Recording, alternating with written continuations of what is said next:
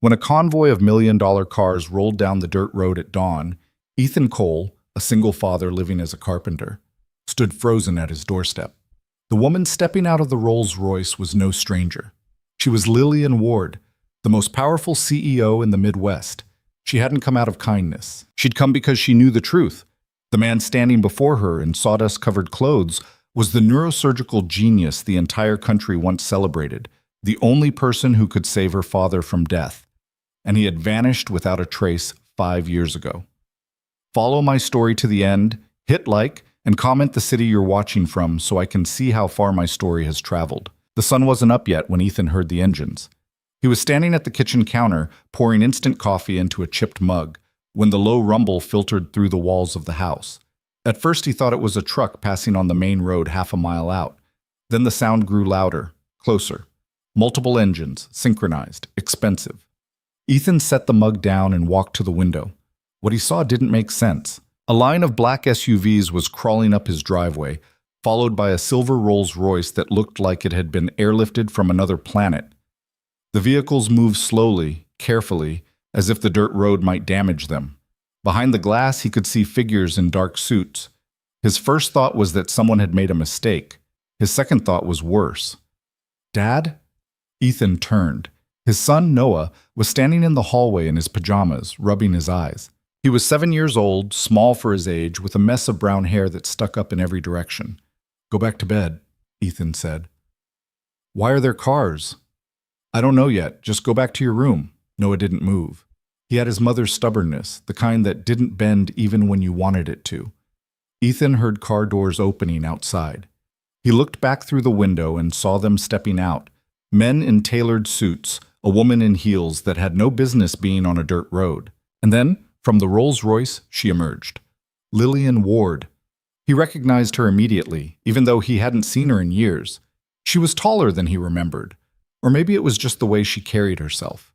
Her hair was pulled back tight, her expression unreadable. She wore a long coat that probably cost more than his truck, and she moved with the kind of confidence that came from never being told no. Ethan's stomach dropped. "Stay inside," he told Noah, his voice sharper than he intended. He opened the front door and stepped onto the porch. The cold hit him first. Early spring in rural Illinois was unforgiving. He hadn't bothered with a jacket. He stood there in a flannel shirt and jeans, sawdust still clinging to his sleeves from yesterday's work. Lillian stopped a few feet from the porch steps. Her eyes locked onto his. "Ethan Cole," she said. It wasn't a question. "You've got the wrong house," Ethan said. "No, I don't." One of the men in suit stepped forward, but Lillian raised a hand and he stopped.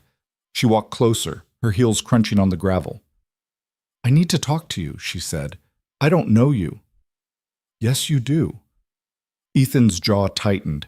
"I think you should leave." "You helped me last night." That stopped him. He stared at her, searching his memory. Last night had been a blur. He'd been out late finishing a custom cabinet job, then stopped at the gas station on the way home. It had been raining, hard. He remembered pulling over when he saw someone on the side of the road, a car with its hazards on. He remembered a woman in the driver's seat, soaked, her face pale. He'd helped her get the car started, told her to follow him to the nearest garage. She'd thanked him. He'd driven off. He hadn't looked back. "That was you?" he asked. "Yes." "Your car broke down. I gave you a jump. That's it." "You let me into your home." Ethan frowned. "No, I didn't." "You offered. I declined." "Then what the hell are you doing here?" Lillian's expression didn't change, but something flickered in her eyes. Something that looked almost like desperation, though she hid it well. "I need your help," she said. "I already helped you." "Not with the car." Ethan crossed his arms. "I don't know what you think I can do for you, but I'm not interested." "You don't even know what I'm asking." "Doesn't matter. It matters to me. That's not my problem." Lillian took another step forward. She was close enough now that he could see the faint shadows under her eyes, the tension in her jaw. She looked like someone who hadn't slept in days. "My father is dying," she said. Ethan didn't respond. "He has a brain tumor," she continued. "Glioblastoma, stage 4. The doctors have given him 3 months, maybe less." "I'm sorry," Ethan said. and he meant it. But I can't help you. Yes, you can. I'm a carpenter. No, you're not. The words hung in the air between them. Ethan felt something cold settle in his chest. He kept his face neutral, his voice steady. You need to leave, he said. You're Ethan Cole, Lillian said. You graduated top of your class from Johns Hopkins. You completed your residency at Mass General. You were the youngest attending neurosurgeon at Northwestern Memorial. You pioneered a technique for removing inoperable tumors that's now taught in medical schools across the country. That's not me. You operated on Senator Whitman. You saved his life when 6 other surgeons said it was impossible. You've got me confused with someone else. You disappeared 5 years ago. No forwarding address, no explanation. You walked away from a career most doctors would kill for. Ethan's hands curled into fists at his sides. I don't know what you're talking about. I think you do. I think you need to get off my property.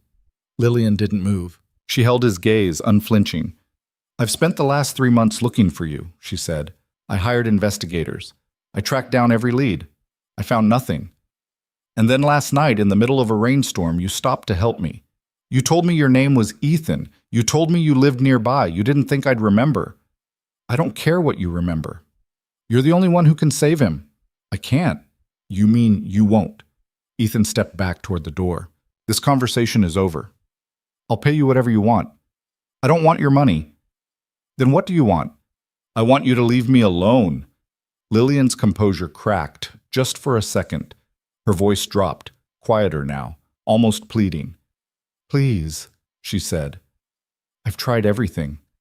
I've taken him to the best hospitals in the country. Mayo Clinic, Cleveland Clinic, MD Anderson. They all said the same thing. There's nothing they can do. The tumor is too deep. The risks are too high. But I know what you did for Senator Whitman. I know what you're capable of. That was a long time ago. You're still the same person. No, Ethan said. I'm not. He turned and walked back into the house, shutting the door behind him. Noah was still standing in the hallway. Who was that? He asked. No one, Ethan said. She said her dad is dying. It's not our problem. Noah looked at him with those wide, serious eyes that always made Ethan feel like he was being judged by someone far older than 7. You used to help people, Noah said. Ethan crouched down so he was at eye level with his son. That was before. Before what? Before a lot of things. Mom said you were a doctor. Ethan's chest tightened. Go get ready for school. Noah didn't argue this time. He turned and walked back down the hallway, his small footsteps fading into silence. Ethan stood and went to the window. The cars were still there. Lillian was standing by the Rolls-Royce, talking to one of the men in suits. She looked up at the house, and for a moment their eyes met through the glass. Then she got into the car and the convoy pulled away. Ethan watched until the dust settled. He didn't think about her for the rest of the morning, or at least he tried not to. He dropped Noah off at school, then drove to the job site, a farmhouse 10 miles outside town where he was building custom cabinets for a couple who'd just retired. The work was steady, mindless, measure, cut, sand, repeat. It was the kind of thing that kept his hands busy and his mind quiet. But today, his mind wouldn't stay quiet. You're still the same person. He wasn't. He'd made sure of that. 5 years ago, he'd been someone else entirely. Dr. Ethan Cole, neurosurgeon, rising star, the guy everyone said was going to change the field. He'd believed it too. He'd worked 100-hour weeks, slept in on-call rooms, missed birthdays and anniversaries and every moment that mattered. He told himself it was worth it, that he was saving lives, that he was making a difference. And then one day, he'd come home and found his wife on the bathroom floor. The memory hit him like it always did, sharp, sudden, unforgiving. She'd been lying on the tile, her skin cold, her lips blue. The prescription bottle was next to her, empty. He'd tried to revive her. He'd called 911. He'd done everything right. It hadn't mattered. The autopsy said accidental overdose. The pills had been prescribed for anxiety, for the panic attacks she'd been having for months. Ethan had known she was struggling. He'd known she needed help. But he'd been too busy saving strangers to save the person who mattered most. After the funeral, he'd walked into his office at Northwestern, cleaned out his desk, and never looked back. He'd moved to the middle of nowhere, changed his life, became someone unremarkable, someone who couldn't hurt anyone by being absent. He thought that would be enough. "Hey, Ethan." He looked up. The homeowner, a man named Carl, was standing in the doorway holding 2 mugs of coffee. "Thought you might want a break," Carl said. Ethan set down the sander. "Thanks." They sat on the porch and drank in silence for a while. Carl was the kind of guy who didn't need to fill every gap with words, which Ethan appreciated. "You okay?" Carl asked eventually. "Yeah, why?" "You've been sanding that same board for 20 minutes. Ethan looked down. The wood was smooth as glass. "Just distracted," he said. Carl nodded. "Anything you want to talk about?" "No." "Fair enough." They finished their coffee, and Ethan went back to work. That night, after he'd put Noah to bed, Ethan sat on the back porch with a beer he didn't really want. The air was cool, the sky clear. He could hear the distant sound of traffic on the highway, a low hum that never quite disappeared. He thought about Lillian's father, glioblastoma. Stage 4. He knew what that meant. He'd operated on patients with the same diagnosis. Most of them didn't make it. The ones who did were never the same. It was a death sentence. And if the tumor was too deep, too risky, then the other surgeons were right to refuse. Operating would be reckless, dangerous. It would probably kill the patient faster than the cancer would. But there was a chance. There was always a chance. Ethan drained the beer and crushed the can in his hand. He didn't owe Lillian Ward anything. He didn't owe her father anything. He'd left that life behind, and he wasn't going back. He went inside, locked the door, and went to bed. Bata. Lillian came back the next morning. This time, there were no cars, no convoy, just her, standing on his porch in jeans and a sweater, looking more human than she had the day before. Ethan opened the door before she could knock. "I told you to leave me alone," he said. "I know." "So why are you here?" "Because I don't have anyone else to ask." Ethan leaned against the doorframe. "You're wasting your time." "Maybe, but I have to try. Your father wouldn't want you begging some stranger for help." "You're not a stranger. You saved Senator Whitman. You've saved hundreds of people. That doesn't mean I can save your father. But you could try. And if I fail, then at least I'll know I did everything I could." Ethan looked at her, really looked at her. She wasn't the polished, untouchable CEO anymore. She was just a daughter, desperate and afraid, trying to hold on to something that was slipping away. He understood that feeling better than she knew. "I can't help you," he said quietly. Lillian's shoulders sagged, just a fraction. She nodded. "Okay," she said. She turned to leave, and Ethan almost let her go. Almost. "Wait," he said. She stopped. "Let me see the scans," he said. Lillian turned back, hope flickering in her eyes. "You'll look at them?" "I'll look, that's all I'm promising." "That's enough." She pulled a tablet from her bag and handed it to him. He opened the file and saw the MRI images. Slice after slice of brain tissue, the tumor visible as a dark mass pressing against the surrounding structures. It was bad. Worse than he'd expected. The tumor was lodged deep in the thalamus, wrapped around critical blood vessels and nerve pathways. One wrong move and the patient would be paralyzed, or worse. No wonder the other surgeons had refused. But as Ethan studied the images, something shifted in his mind. He saw the angles, the approach, the narrow corridor of access that everyone else had missed. It was risky. It was insane. But it was possible. "This is a suicide mission," he said. "I know. If I operated, there's a good chance he wouldn't survive. I know that too. And if he does survive, he might not be the same person." "I understand." Ethan handed the tablet back to her. "Find someone else." "There is no one else."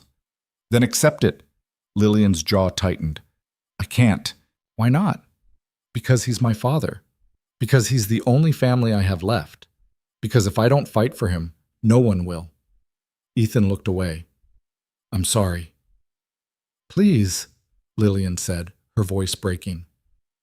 "I know you don't owe me anything. I know you have your own life, your own reasons for walking away. But if there's any part of you that still cares about saving lives, if there's any part of you that remembers what it was like to be that person, please, just think about it." She left the tablet on the porch railing and walked away. Ethan watched her go. Then he picked up the tablet and went inside. He told himself he was just looking, just reviewing the case, the way he used to when a colleague asked for a second opinion. It didn't mean anything. It didn't mean he was going back. But the more he looked, the more he saw. The tumor was aggressive, but it hadn't spread yet. The patient was relatively young, 62 according to the chart, and otherwise healthy. The imaging was high resolution, detailed. Ethan could map the entire surgical pathway in his mind, see every vessel, every nerve, every millimeter of tissue. It was the kind of case that most surgeons would run from. It was the kind of case that Ethan used to live for. He stayed up until 3 in the morning, studying the scans, running through simulations in his head. By the time he finally closed the tablet, he knew 3 things. 1, the surgery was possible. 2, it would take someone with extraordinary skill, precision, and nerve. 3, he was terrified. Noah found him asleep at the kitchen table the next morning, the tablet still glowing beside him. "Dad?" Ethan jerked awake, his neck stiff, his head pounding. "What time is it?" he mumbled. 7. "You're going to be late for work." Ethan rubbed his eyes. "I'm not going in today." Noah tilted his head. "Are you sick?" "No, just tired." Noah looked at the tablet, then back at his father. "Is that the lady's dad?" he asked. Ethan hesitated. "Yeah." "Can you help him?" "I don't know." Mom said you could fix anything." Ethan's throat tightened. "Your mom said a lot of things." "She said you were the best." "She was wrong." Noah frowned. "No, she wasn't." Ethan looked at his son, this small, stubborn, impossibly brave kid who'd lost his mother and never once complained, who trusted Ethan even when Ethan didn't trust himself. "What do you think I should do?" Ethan asked. Noah shrugged. "I think you should try." "What if I fail?" "Then at least you tried." Ethan reached out and ruffled Noah's hair. "When did you get so smart?" "I've always been smart. You just don't pay attention." Ethan smiled, even though his chest ached. "Go get ready for school," he said. Noah nodded and ran off. Ethan sat there for a long time, staring at the tablet. Then he picked up his phone and dialed the number Lillian had left. She answered on the first ring. "I'll look at him," Ethan said, "in person, but I'm not making any promises." There was a pause on the other end, and when Lillian spoke, her voice was thick with relief. "Thank you," she said. "Don't thank me yet." 2 days later, Ethan found himself standing in front of a private hospital in downtown Chicago, feeling like he'd stepped into someone else's life. Lillian met him in the lobby. She looked different here, more composed, more in control. This was her world. "He's upstairs," she said. "5th floor." Ethan followed her to the elevator. They rode in silence, the only sound the faint hum of the machinery. When the doors opened, Lillian led him down a long hallway to a private suite at the end. She stopped outside the door and turned to him. "He doesn't know who you are," she said. "I told him you're a specialist, a consultant." "Does he know he's dying?" "Yes." "And?" "He's accepted it, but I haven't." Ethan nodded. Lillian opened the door. The man inside was sitting up in bed, reading a newspaper. He was thin, pale, but his eyes were sharp. He looked up when they entered and set the paper aside. "Lillian," he said, his voice rough but steady. "You didn't tell me we had company." "This is Dr. Cole," Lillian said. "He's here to review your case." The man studied Ethan for a moment, then extended a hand. "James Ward," he said. Ethan shook it. "Nice to meet you." "You're younger than I expected." "I get that a lot." James smiled faintly. "Sit, please." Ethan pulled up a chair. Lillian stood by the window, her arms crossed. "So," James said, "what's the verdict? Am I a lost cause?" "I haven't made a verdict yet," Ethan said. "I need to ask you some questions first." "Fire away." Ethan spent the next hour going through James's medical history, his symptoms, his quality of life.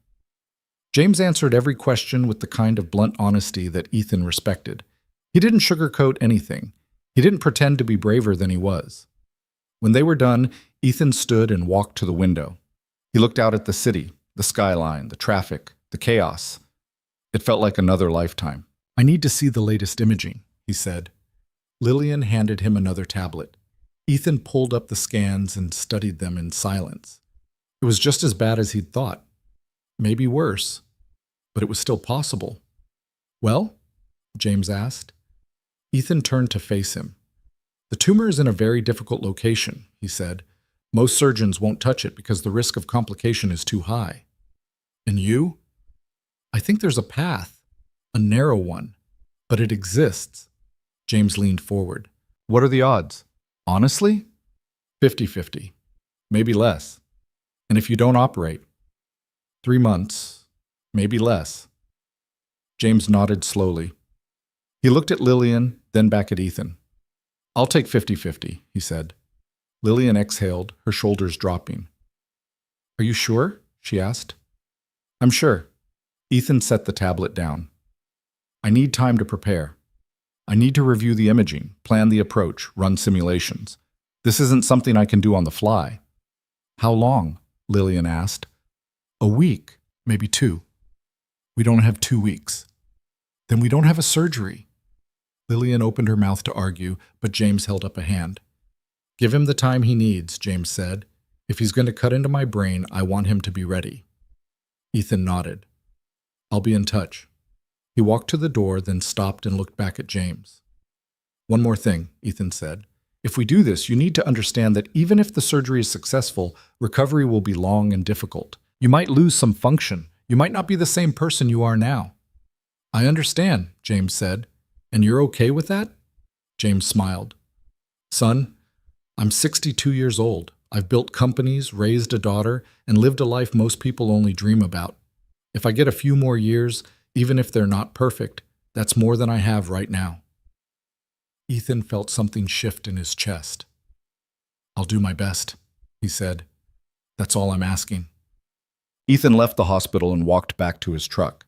The city was loud, overwhelming, suffocating. He needed to get out. He drove for hours, not really paying attention to where he was going. Eventually, he found himself parked outside a cemetery on the edge of town. He hadn't been here in years. He got out and walked through the rows of headstones until he found the one he was looking for.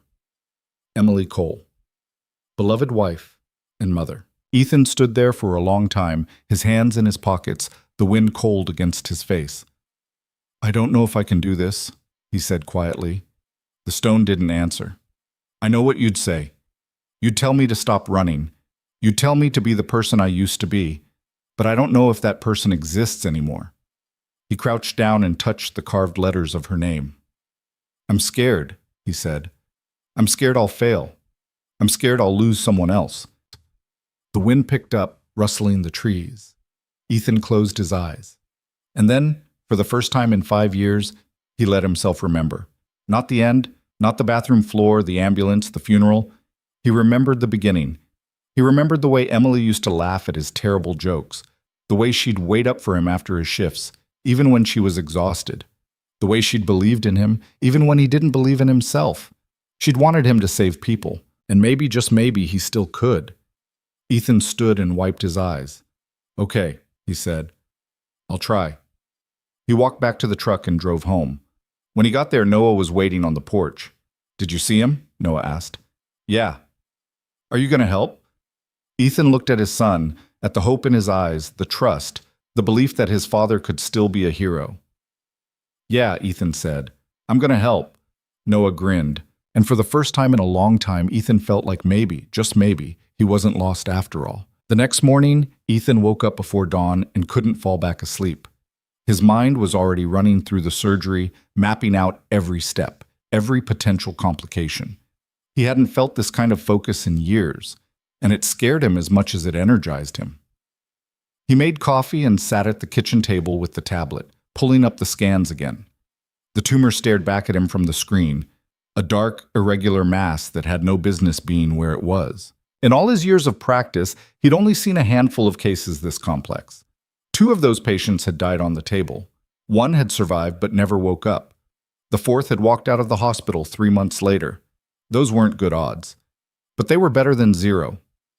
Ethan heard footsteps behind him and turned to see Noah shuffling into the kitchen, still half asleep. You're up early, Noah said. Couldn't sleep. Noah climbed onto the chair next to him and peered at the screen. That's a brain? Yeah.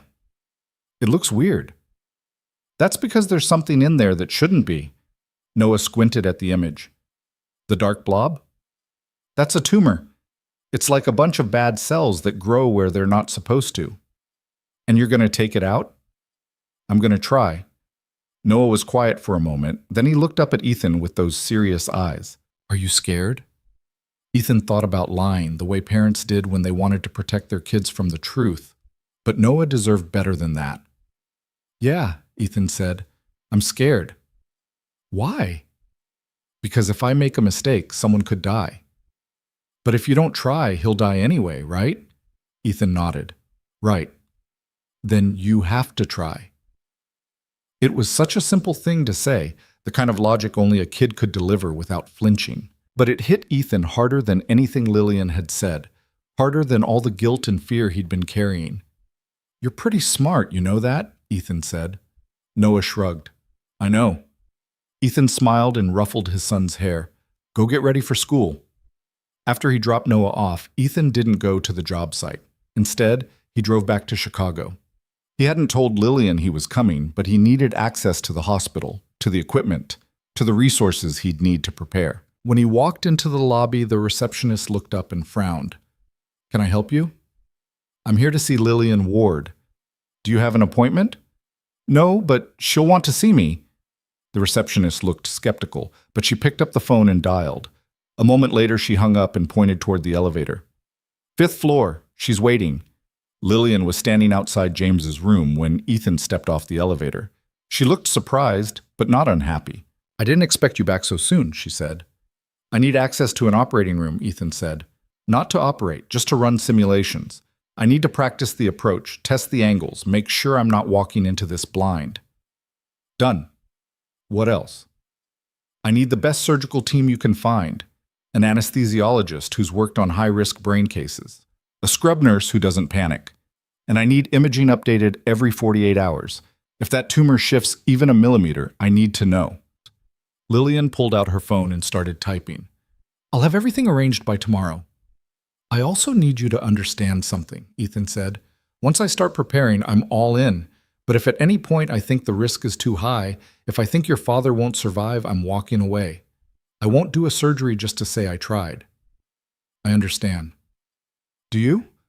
Because once we start down this road, there's no going back. Your father will know I'm planning to operate. He'll have hope. And if I pull out, that hope dies with him. Lillian met his eyes. Then don't pull out. It's not that simple. It is for me. Ethan shook his head. You don't get to decide that. I do. For a moment, he thought she might argue, but instead she just nodded. Okay, she said. You're in charge. That afternoon, Ethan found himself in an empty operating room on the hospital's surgical floor. It was state-of-the-art, the kind of setup he used to take for granted. Now it felt foreign, like stepping into a museum of his former life. A woman in scrubs walked in carrying a clipboard. She was probably in her 50s, with gray hair pulled back in a tight bun, and the no-nonsense expression of someone who'd seen everything. Dr. Cole? She said. That's me. I'm Dr. Patel. I'll be your anesthesiologist. They shook hands. Lillian said you wanted the best, Patel continued. I don't know if I'm the best, but I've been doing this for 26 years and I haven't lost a patient on the table yet. That's a hell of a track record. I plan to keep it. She glanced at the clipboard. I read the file. This is a nightmare case. I know. So why are you taking it? Ethan hesitated. Because no one else will. Patel studied him for a moment, then nodded. Fair enough. Let's get to work. They spent the next 3 hours going over the surgical plan. Patel asked sharp, probing questions about blood loss, about intracranial pressure, about what would happen if Ethan nicked one of the vessels surrounding the tumor. Ethan answered each one, and with every answer, he felt a little more of the old confidence returning. He wasn't just a carpenter anymore. He was a surgeon. By the time they finished, it was dark outside. Ethan walked back to the parking garage, his head buzzing with adrenaline and exhaustion. He was halfway to his truck when his phone rang. It was Lillian. Where are you? She asked. Leaving the hospital. Why? Can you meet me for dinner? Ethan frowned. I don't think that's a good idea. It's not a date, I just want to talk. We can talk on the phone. Please, just an hour. Ethan sighed. Fine. Where? She gave him the name of a restaurant downtown, the kind of place where entrees probably cost more than Ethan made in a week. He almost said no, but something in her voice stopped him. I'll be there in 20, he said. The restaurant was as fancy as he'd expected.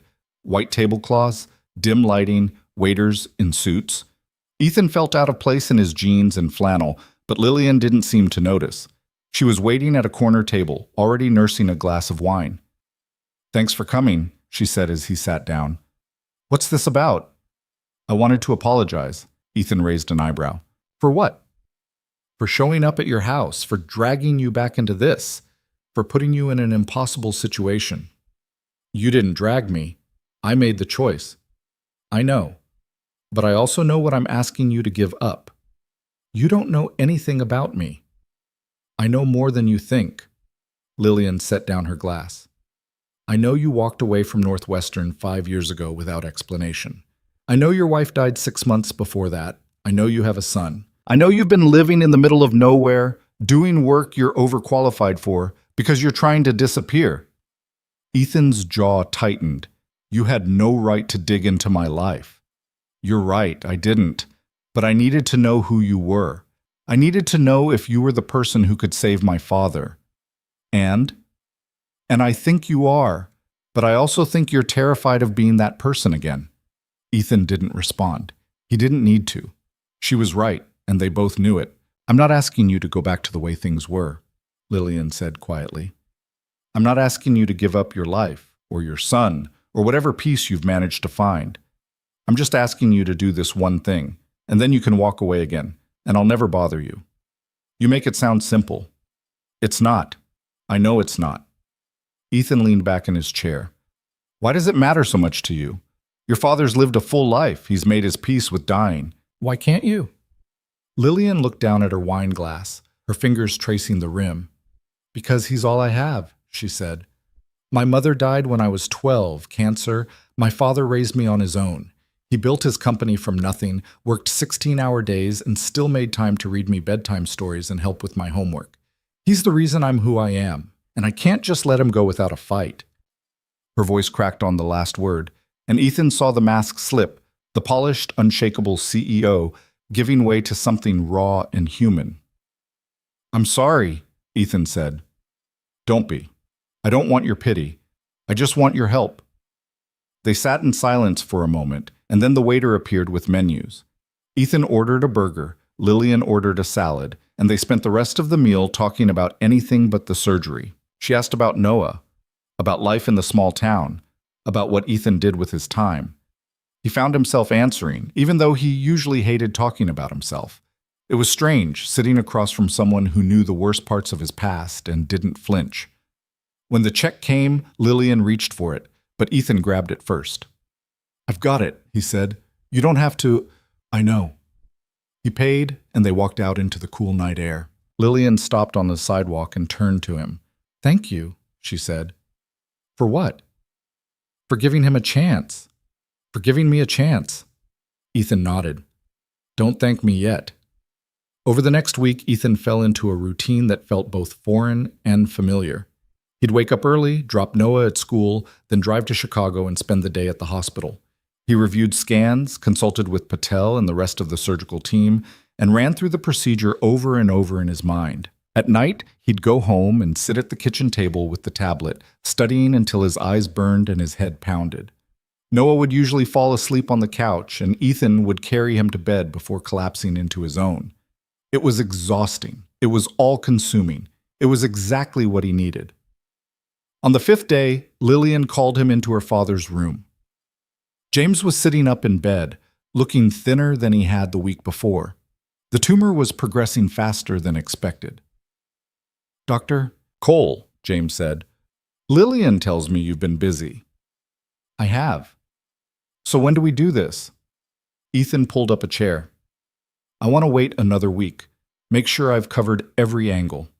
James shook his head. I don't have another week. The scans?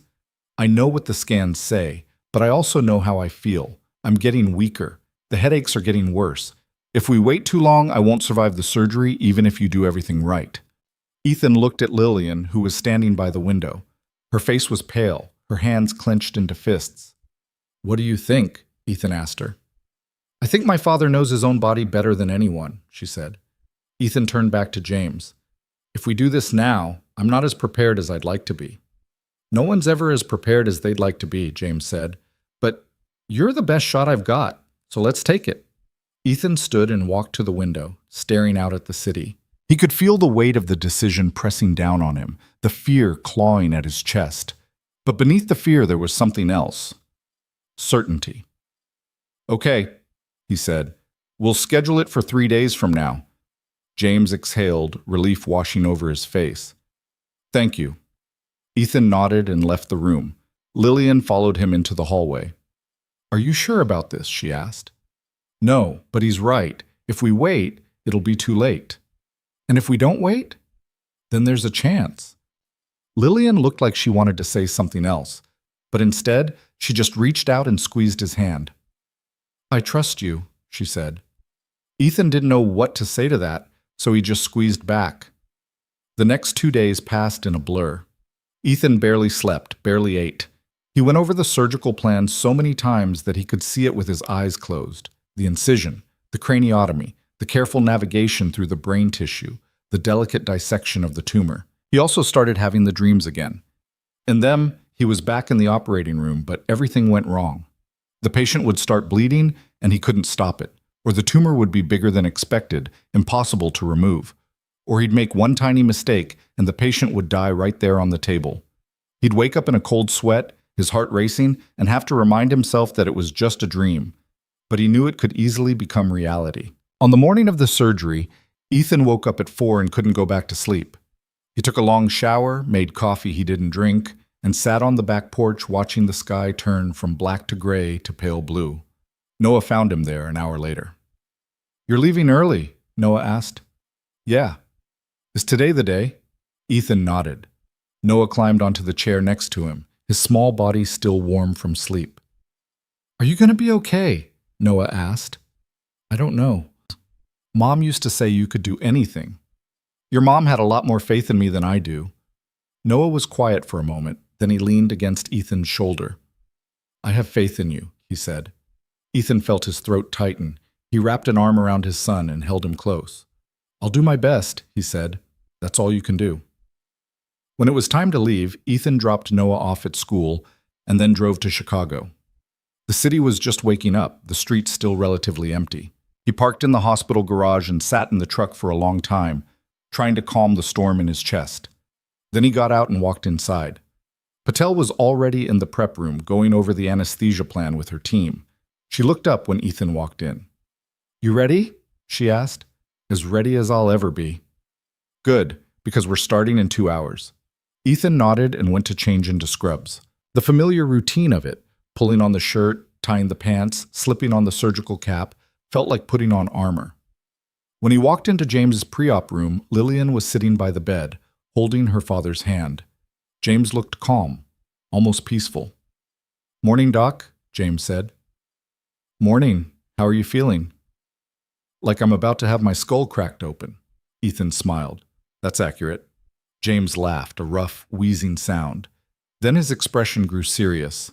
"I want you to know," James said, "that whatever happens in there, I'm grateful. You didn't have to do this. You didn't owe me anything, but you're doing it anyway. That says something about the kind of man you are." Ethan didn't know how to respond to that. He just nodded. "I'll see you on the other side," James said. "Yeah, you will." The orderlies came to take James to the OR, and Lillian followed them out. Ethan started to leave, but she caught his arm. "Wait," she said. He turned. "I know I've already said this," Lillian said, "but thank you for everything." "Don't thank me until it's over."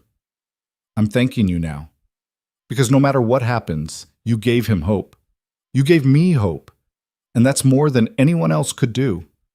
Ethan looked at her, at the fear in her eyes, the exhaustion, the desperate need to believe that everything would be okay. "I'll do everything I can," he said. "I know. She let go of his arm and he walked toward the operating room.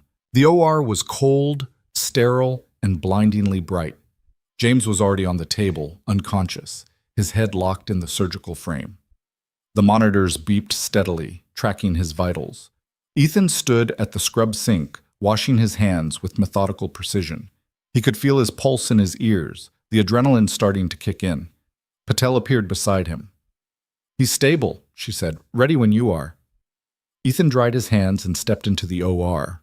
The team was waiting, scrub nurse, surgical assistant, monitoring tech. They all looked at him, and he realized they were waiting for him to take the lead. He walked to the table and looked down at James. This was it. No more preparation, no more second-guessing, just him, the patient, and the narrow line between life and death. "Let's begin," Ethan said. The scrub nurse handed him the scalpel, and he made the first incision. The skin parted cleanly under the blade, blood welling up in a thin red line. Ethan worked quickly, his hands moving with a precision he hadn't felt in years. The scrub nurse anticipated every move, handing him instruments before he had to ask.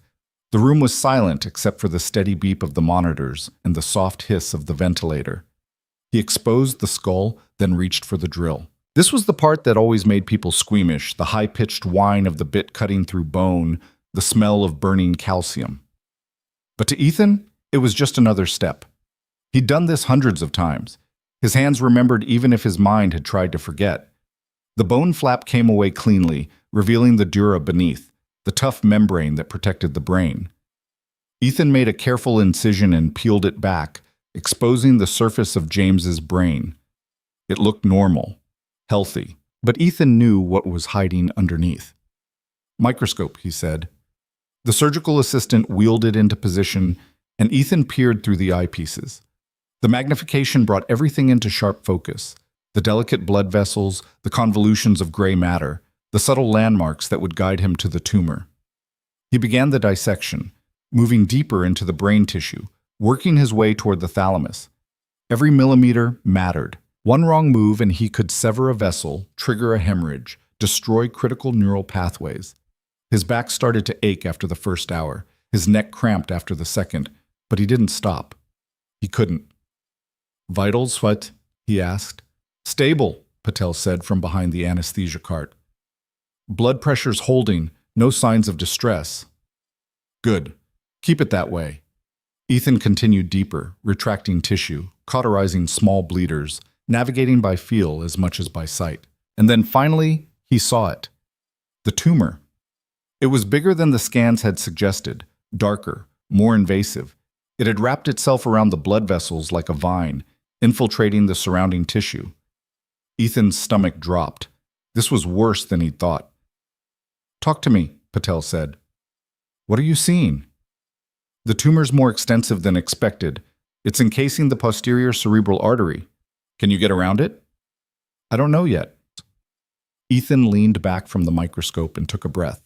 His hands were steady, but his mind was racing. He'd planned for this possibility, but seeing it in real life was different. The margin for error had just gotten even smaller. He thought about walking away, about closing up, telling Lillian it was impossible, letting James live out his remaining months in peace. But then he thought about Noah's words that morning. "I have faith in you." Ethan leaned back into the microscope. "I'm going in," he said. He worked with painstaking care, using micro scissors and a tiny suction device to separate the tumor from the artery. It was like trying to peel wet tissue paper off glass. One wrong move and everything would tear.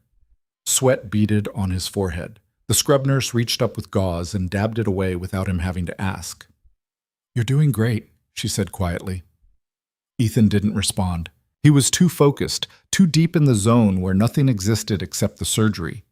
30 minutes passed. Then an hour. He managed to free a section of the artery, but the tumor extended further than he could see. He adjusted the microscope, angling for a better view, and his heart sank. The growth had invaded the thalamus itself, wrapping around structures that controlled everything from sensation to consciousness. Removing it all would be like trying to extract roots from concrete without breaking the foundation. "We've been at this for 3 hours, Patel said. "How much longer?" "As long as it takes." "His pressure's starting to drift. Nothing critical yet, but I need you to move faster if you can." I can't move faster, not without killing him. Patel didn't argue. Ethan continued the dissection, working by millimeters. He removed chunks of tumor piece by piece, each fragment a small victory. But there was so much left. His hands started to shake. It was subtle at first, barely noticeable. But Ethan felt it, the tremor in his fingers, the fatigue creeping into his muscles. He'd been standing in the same position for hours, his body bent at an unnatural angle, his eyes straining through the microscope. He straightened up and flexed his hands. "You okay?" the surgical assistant asked. "Fine, just need a second." He closed his eyes and took 3 deep breaths, forcing his body to relax. When he opened them again, the tremor was gone. He went back to work. Another hour passed, then another. The tumor was slowly giving way, but the artery was still at risk. One slip, one moment of inattention, and James would bleed out before Ethan could stop it. "Pressure's dropping," Patel said, her voice tight. "Systolic's down to 90. How fast?" "Slow but steady. We need to wrap this up." "I'm almost there." "You said that an hour ago." "And I meant it." Ethan could hear the tension in Patel's voice, but he couldn't let it distract him. He was so close, just a little more.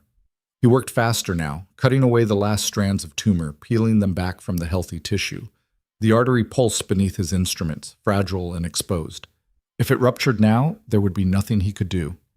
And then, finally, it was free. The last piece of tumor came away, and the artery remained intact. Ethan exhaled. "We're clear," he said. "You're sure?" Patel asked. "I'm sure." He spent the next 30 minutes inspecting the surgical field, making sure there were no hidden bleeders, no fragments of tumor he'd missed. Everything looked clean. "Let's close," he said. The team moved into the final phase, replacing the dura, securing the bone flap, suturing the skin. Ethan stepped back and let the assistant handle it. His hands were shaking again, harder this time, and his legs felt like they might give out. He pulled off his gloves and walked out of the OR, leaving the team to finish. The hallway was empty and quiet. Ethan leaned against the wall and slid down until he was sitting on the floor. His scrubs were soaked with sweat, his body aching in places he'd forgotten existed.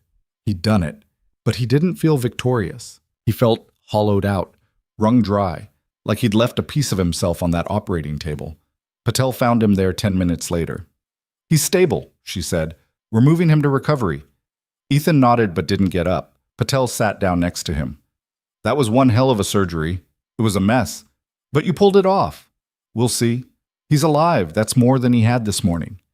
Ethan rubbed his face with both hands. "How long was I in there?" 6 hours and 42 minutes. "Christ, you need to eat something and sleep." "I need to talk to Lillian first." Patel helped him to his feet, and they walked to the waiting room together. Lillian was there, pacing back and forth like a caged animal. When she saw Ethan, she stopped. "Well?" she asked. "The surgery's done. We removed the tumor." Lillian's knees buckled, and she grabbed the back of a chair to steady herself. "Is he's alive, stable. But the next 72 hours are critical. There's swelling, risk of bleeding, risk of infection. We won't know the full extent of any neurological damage until he wakes up." "But he's going to wake up." "I think so, but I can't promise what he'll be like when he does." Lillian sank into the chair, her face pale. For a long moment, she didn't say anything. Then she looked up at Ethan with tears streaming down her face. "Thank you," she whispered. Ethan didn't know what to say to that, so he just nodded. He left her there and went to find a quiet corner of the hospital where he could collapse. He ended up in an empty on-call room, the kind he used to sleep in during his residency. The bed was narrow and uncomfortable, but he didn't care. He lay down, fully clothed, and closed his eyes. He expected to fall asleep immediately, but his mind wouldn't shut off. He kept replaying the surgery in his head, second-guessing every decision, every cut, every moment where things could have gone wrong. What if the artery had torn? What if there was a fragment of tumor he'd missed? What if James woke up and couldn't speak, couldn't move, couldn't remember his own daughter? Ethan's phone buzzed. It was a text from Noah. Did it go okay? Ethan stared at the screen for a long time before typing back. Yeah. He made it through. Are you coming home? Not tonight. I need to stay close in case something happens. Okay. Love you. Love you too. Ethan set the phone down and stared at the ceiling. He felt the weight of the day pressing down on him, the exhaustion, the fear, the fragile hope that maybe, just maybe, he'd done enough. Eventually, he slept. When he woke, it was dark outside. He checked his phone and saw that it was almost midnight. He'd been asleep for 5 hours. He got up, splashed water on his face, and went to check on James. The ICU was quiet, the lights dimmed for the night shift.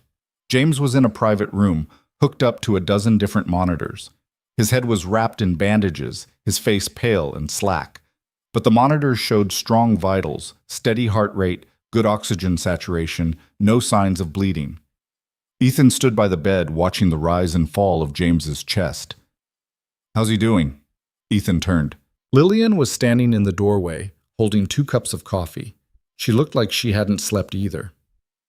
"Better than expected," Ethan said. "No complications so far." She handed him one of the cups and stood next to him.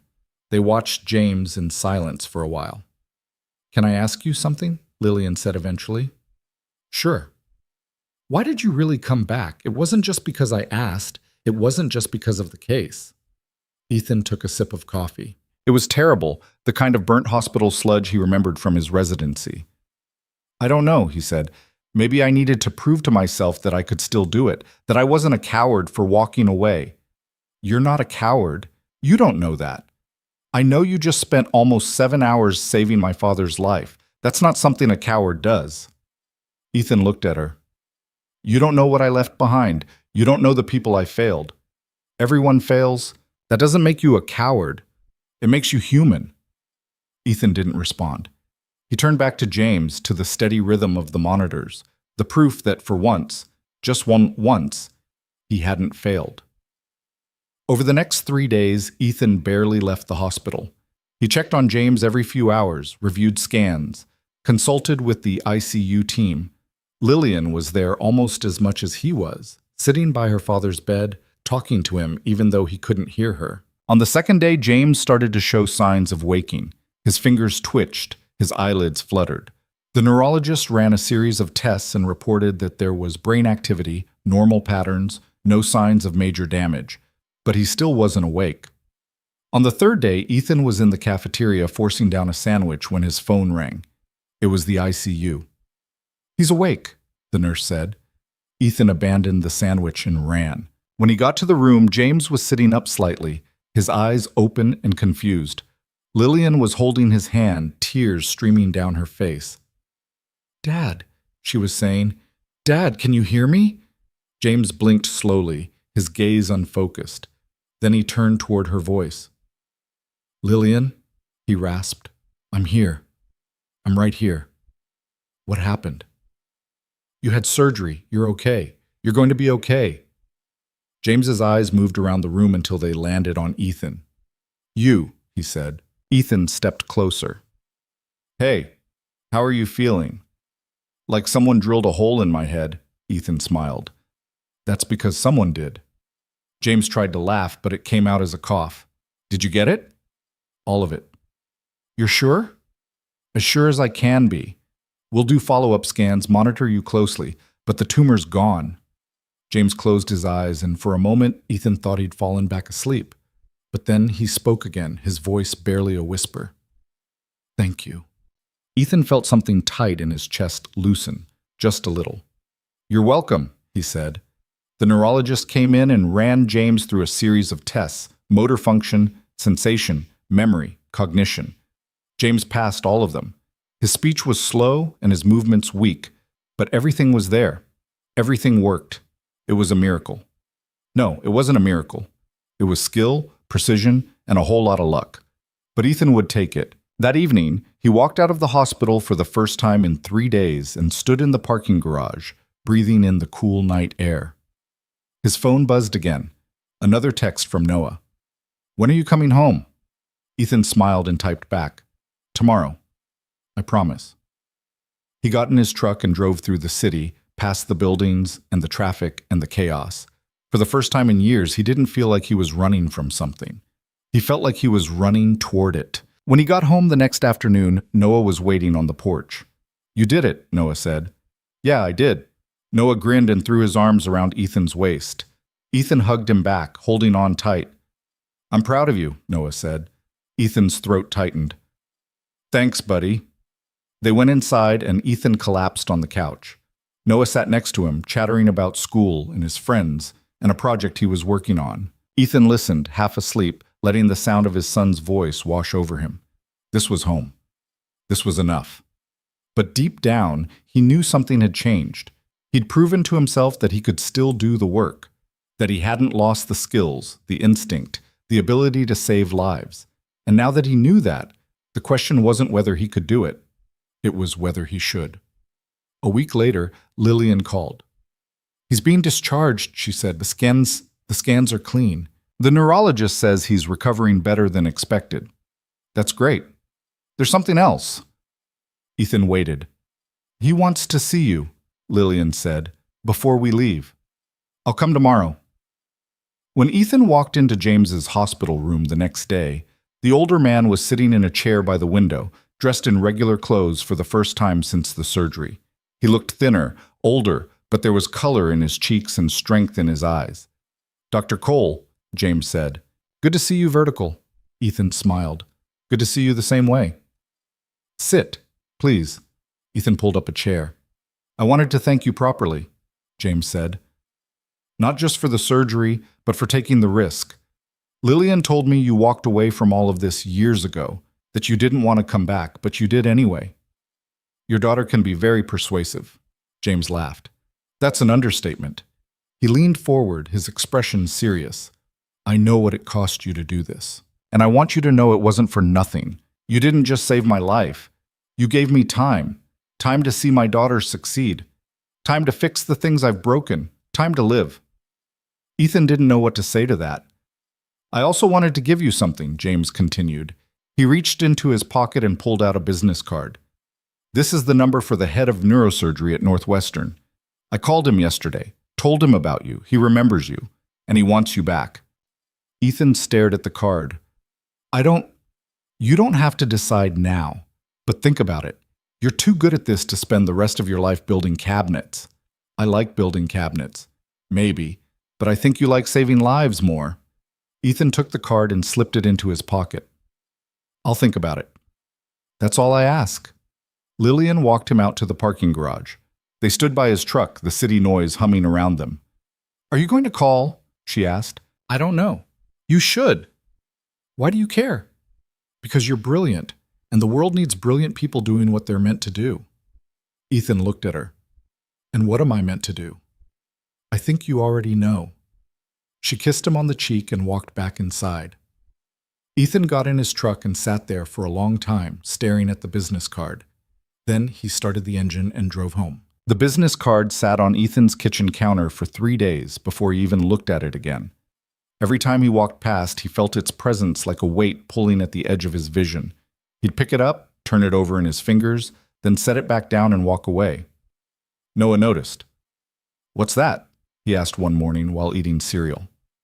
"Nothing," Ethan said. "It doesn't look like nothing. It's just a phone number." "Whose?" Ethan hesitated. "A hospital in Chicago. They want me to come back." Noah's spoon stopped halfway to his mouth. "To be a doctor again?" "Yeah." "Are you going to?" "I don't know." Noah chewed thoughtfully, then swallowed. "Do you want to?" It was such a simple question, but Ethan didn't have a simple answer. Part of him wanted to crumple the card and throw it away, to pretend the last few weeks had never happened. But another part, the part that had felt alive for the first time in years while standing in that operating room, wanted something different. "I don't know," Ethan said again. Noah shrugged and went back to his cereal. "Well, you should figure it out. You're kind of grumpy when you don't know stuff." Ethan laughed despite himself. "I'm grumpy?" "Super grumpy." "I'll work on that." That afternoon, Ethan drove to the job site where he'd been working on the cabinets. Carl was there, inspecting the finished work with the kind of careful attention that came from someone who actually cared about quality. "These look great," Carl said. "You do good work, Ethan." "Thanks." "You seem distracted, though. Everything okay?" Ethan leaned against the workbench. "Can I ask you something?" "Sure." If you had the chance to go back to something you used to do, something you were really good at but walked away from, would you? Carl thought about it for a moment. Depends. Why'd I walk away in the first place? Let's say something bad happened, something that made you think you weren't cut out for it anymore. And now? Now I'm not so sure. Carl nodded slowly. I worked in finance for 20 years, made good money, had a corner office, the whole deal. Then the market crashed in '08 and I lost everything. Not just my job, my savings, my house, my marriage. I thought I was done. What'd you do? Bought this farm, started over, learned to build things with my hands instead of spreadsheets. He ran his palm over the smooth wood of the cabinet. And you know what? I'm happier now than I ever was before. So you don't regret walking away? Not for a second, but that's me. Only you know what's right for you. Ethan nodded. Yeah, I guess so. He finished up the work and drove home, Carl's words rattling around in his head. The problem was, Ethan didn't know what was right. He'd spent 5 years building a life that was small and quiet and safe. A life where he couldn't hurt anyone by being absent, where the stakes were low and the consequences manageable. But that life felt like wearing shoes 2 sizes too small. That night, after Noah went to bed, Ethan sat on the back porch with a beer and pulled out his phone. He stared at the contact information James had given him, his thumb hovering over the call button. He didn't press it. Instead, he called Lillian. She answered on the second ring. Ethan? Hey, is this a bad time? No, I'm just at home. How are you? I'm okay. How's your father? Good. Really good, actually. He's already talking about going back to work, which is driving me crazy, but the doctors say his recovery is remarkable. That's great. There was a pause, and Lillian's voice softened. You didn't call to ask about my father. No. What's going on? Ethan took a breath. The card he gave me. The one with the Northwestern contact. Have you called? No. Why not? Because I don't know if I can do this. I don't know if I can go back to that life. What are you afraid of? Ethan stared out at the darkness beyond the porch. I'm afraid I'll mess it up again. I'm afraid I'll get so consumed by the work that I'll forget about everything else. About Noah, about the life I've built here. So don't forget, Lillian said, you're not the same person you were 5 years ago. You've learned things. You've changed. Have I? You operated on my father even though you were terrified. You put everything on the line because it was the right thing to do. That's not the same person who ran away. Ethan closed his eyes. I don't know if I'm strong enough. You're stronger than you think. They talked for another hour, about everything and nothing. About James's recovery. About Noah's school. About the strange liminal space Ethan found himself in. When they finally hung up, Ethan felt a little lighter. But he still didn't call Northwestern. 2 weeks passed. Ethan went back to his regular routine, dropping Noah at school, working on odd jobs around town, coming home to make dinner and help with homework. It was comfortable, familiar. But something had shifted. He'd catch himself thinking about surgical techniques while sanding wood. He'd dream about operating rooms instead of his usual nightmares. And every time he looked at Noah, he wondered if he was doing the right thing by staying or if he was just hiding. One Saturday morning, Noah asked if they could go to the library. Ethan agreed, grateful for the distraction. While Noah disappeared into the children's section, Ethan wandered through the stacks, not looking for anything in particular. He ended up in the medical section. The books were outdated, most of them at least a decade old, but Ethan pulled one down anyway, a surgical atlas he remembered from his residency. He flipped through the pages, studying the diagrams and illustrations, and felt something familiar stir in his chest. This was who he used to be. This was what he used to love. Dad? Ethan looked up.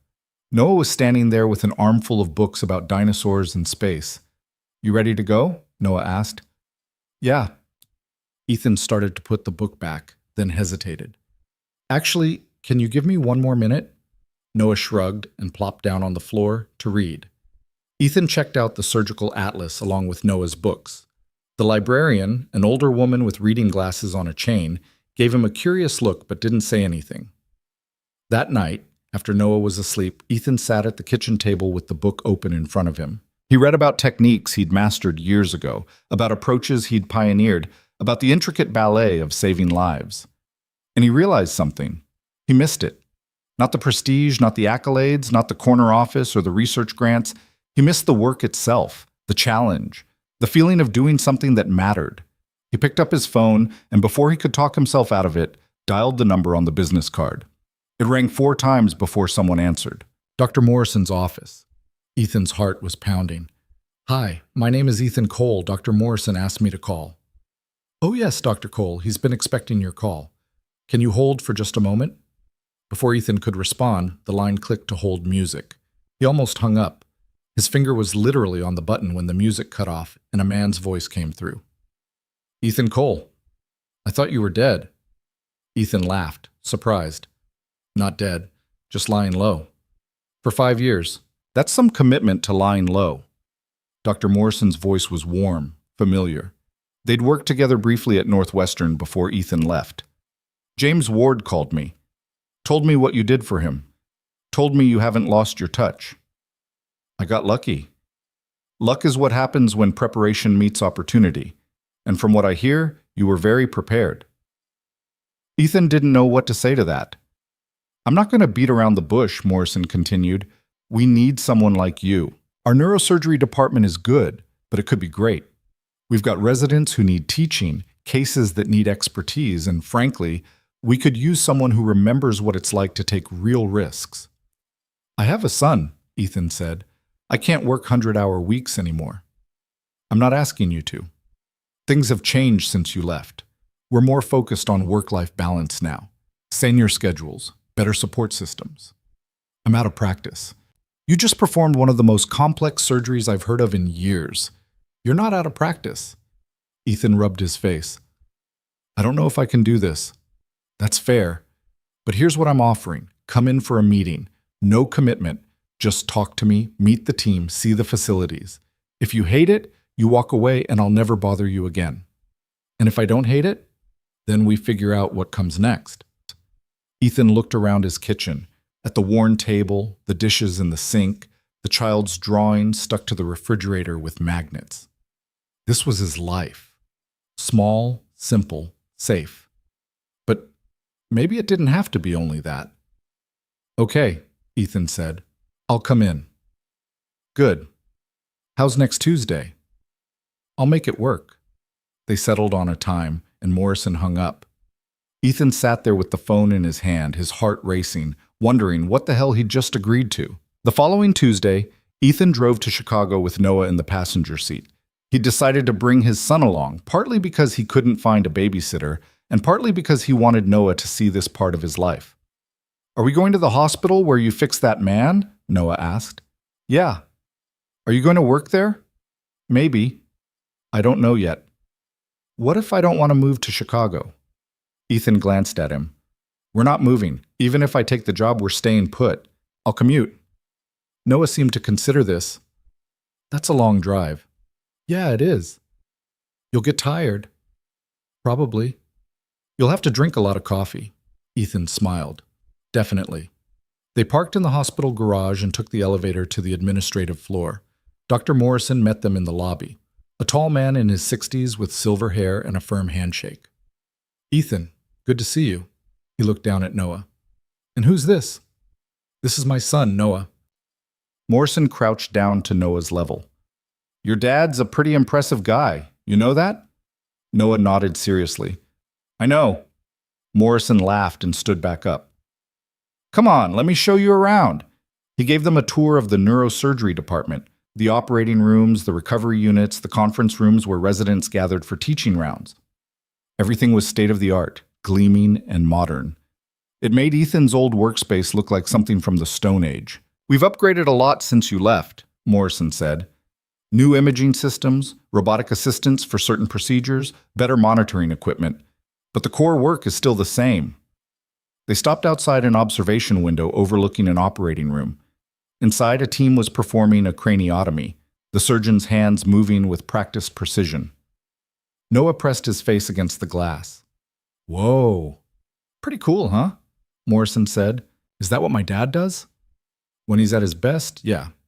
That's exactly what he does." Ethan watched the surgery, feeling that familiar pull. The focus, the intensity, the absolute clarity of purpose. There was nothing else like it. After the tour, Morrison brought them to his office and sent Noah off with an assistant who promised to show him the hospital cafeteria and let him pick out whatever he wanted. Once they were alone, Morrison gestured to a chair. "Sit. Let's talk." Ethan sat. "I'm going to be straight with you," Morrison said. "I want you on my team. Not because James Ward asked me to call you, not because you're some kind of legend, but because I think you're good at this work, and I think you still care about it." "I do," Ethan admitted. "But caring isn't enough. What else do you need?" "I need to know I can do this without losing myself again, without sacrificing my son, without ending up right back where I was 5 years ago." Morrison leaned back in his chair. "You know what the biggest difference is between a good surgeon and a great one?" "What?" "A good surgeon is technically perfect. They know the anatomy, they've practiced the techniques. They can execute flawlessly. But a great surgeon knows when to stop. They know their limits. They know when to say no, when to step back, when to put the scalpel down and walk away. You think I can do that? I think you already did. You walked away once because you had to. That takes more courage than staying ever would." Ethan looked out the window at the Chicago skyline. "What would the position look like?" 3 days a week in the OR. 2 days for consultations and teaching. Weekends off unless there's an emergency. You'd have full autonomy over your schedule, and I'd back you up if anyone gave you grief about it. That's more flexibility than most attendings get. You're not most attendings, you're Ethan Cole. You wrote the book on thalamic tumor resection. Literally, I've got the paper you published framed in my house. Ethan couldn't help but smile. "You're laying it on pretty thick." "I'm being honest. Look, I'm not going to pressure you. This is your decision. But I think you'd be good for us. And I think we'd be good for you. Can I think about it?" "Take all the time you need." They shook hands, and Morrison walked Ethan down to the cafeteria where Noah was sitting at a table with a mountain of cookies and a carton of chocolate milk. "Did you say yes?" Noah asked through a mouthful of cookie. "Not yet. Still thinking." "You should say yes." "Why?" "Because you were smiling when you watched that surgery. You don't smile like that when you're building cabinets." Ethan sat down next to him. "You're too observant for your own good." "Mom used to say that too." They drove home in comfortable silence, Noah eventually falling asleep against the window. Ethan glanced at him, at this small person who'd lost so much but somehow remained hopeful, remained open, remained convinced that his father could do anything. Maybe he was right. That night, after putting Noah to bed, Ethan sat on the back porch and called Lillian. "How'd it go?" she asked. "Good. Really good, actually." "Are you going to take it?" "I think so. Yeah." He could hear her smile through the phone. "That's great, Ethan." "I'm terrified." "Good. That means it matters." They talked for a while longer, and when they hung up, Ethan sat there in the darkness, listening to the sounds of the night. Crickets, distant traffic, the soft rustle of wind through the trees. He thought about Emily, about what she would say if she were here. She'd probably tell him to stop overthinking and just do it. She'd probably be annoyed that it took him this long to figure it out. He thought about James, fighting for his life on that operating table, trusting Ethan with everything. He thought about Noah, believing in him even when Ethan didn't believe in himself. And he thought about the person he used to be, the person he'd buried 5 years ago, the person who was maybe, just maybe, still in there somewhere. The next morning, Ethan called Morrison. "I'm in," he said. "Outstanding. When can you start?" "Give me 2 weeks to wrap things up here." "Done. I'll have HR send over the paperwork." Ethan hung up and sat there for a moment, letting it sink in. He was going back. The 2 weeks passed in a blur of logistics. Ethan finished his remaining carpentry jobs, explained the situation to his clients, arranged for a neighbor to check on the house during the days he'd be in Chicago. Noah took the news better than expected, mostly because Ethan promised he'd still be home for dinner every night and all weekend. "And you'll still help with my homework?" Noah asked. "Every single night. Even math? Especially math." On his last day before starting at Northwestern, Ethan drove out to the cemetery. He hadn't been back since the day he'd agreed to operate on James, and he felt like he owed Emily an update. He stood in front of her headstone, hands in his pockets, not sure what to say. "I did it," he finally said. "I'm going back. I know you'd probably say it's about time." The wind picked up, rustling the leaves. "I'm scared," Ethan continued. "I'm scared I'll screw it up again, but I'm more scared of spending the rest of my life wondering what if." He crouched down and touched the stone, his fingers tracing her name. "Noah's good. He's so good, Em. He's strong and smart and brave, and I don't know how we got so lucky with him." His voice cracked. "I wish you could see him. I wish you could see what he's become." Ethan stood and wiped his eyes. "I'm going to try to do better this time. To be better.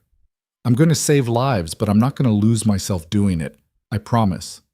He walked back to his truck and sat there for a long time before starting the engine. The next morning, Ethan woke up at 5, put on the dress shirt and slacks he'd bought for the occasion, and looked at himself in the mirror.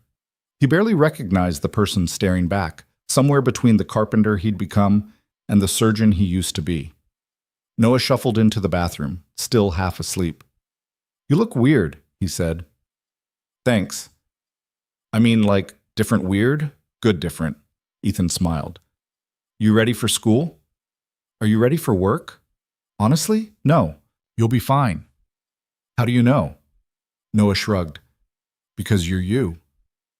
Ethan dropped Noah at school, then made the drive to Chicago. His hands were shaking on the steering wheel, his heart pounding in his chest. By the time he parked in the hospital garage, he felt like he might throw up. He sat in the truck for 5 minutes, giving himself a pep talk before finally getting out and walking inside. Morrison met him in the neurosurgery department with a warm handshake and a stack of paperwork. "Welcome back," Morrison said. "Thanks, I think." "You'll do great. Come on, let me introduce you to the team." The residents gathered in the conference room looked impossibly young, their faces eager and nervous. Morrison made the introductions, and Ethan shook hands with each of them, trying to remember names and faces. "Dr. Cole will be leading our complex cases," Morrison explained. "He's also going to be teaching our advanced surgical techniques course." One of the residents, a woman named Dr. Patel, no relation to the anesthesiologist, raised her hand. "I read your paper on minimally invasive approaches to deep-seated gliomas. It was brilliant." Ethan felt heat creep up his neck.